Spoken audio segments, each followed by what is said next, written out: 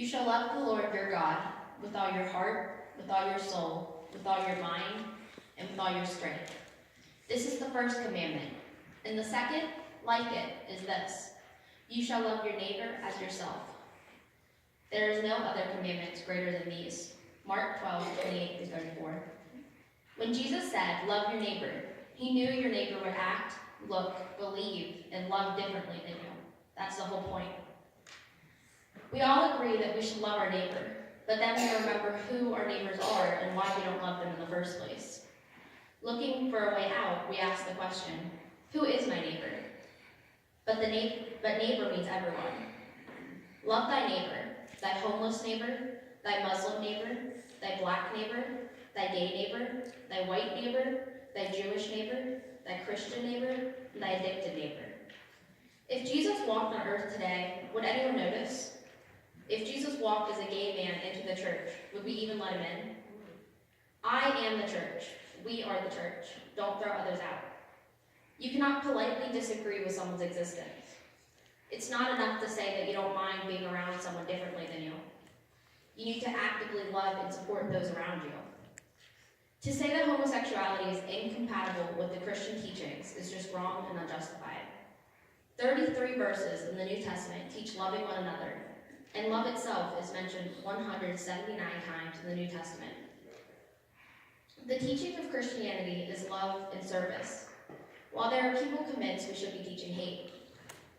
Christ would have loved everyone. I wouldn't have to come out and explain myself to God. He would already know. I'm created in his image. I can't stand up here and justify anyone's actions by saying what someone is doing is or is not a sin, but neither can anyone else. Gay people aren't just a foreign idea whose rights are decided for them. They exist everywhere. Some of them you know. Some are afraid to be seen or show support. Some are growing up in houses and going to church being told that their life is a sin and that God doesn't love them.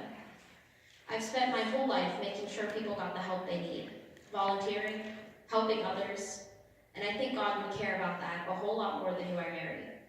Why should it matter who we love as long as we're still good people?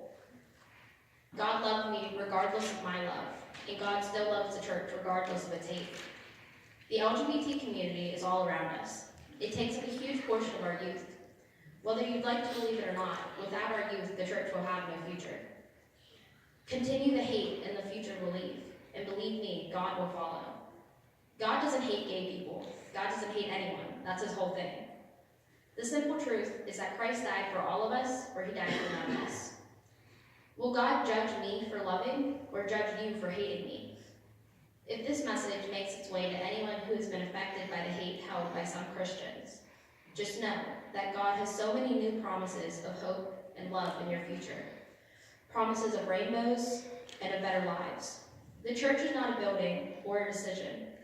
The church is people and of my God. Jesus said, let he who is without sin cast the first stone.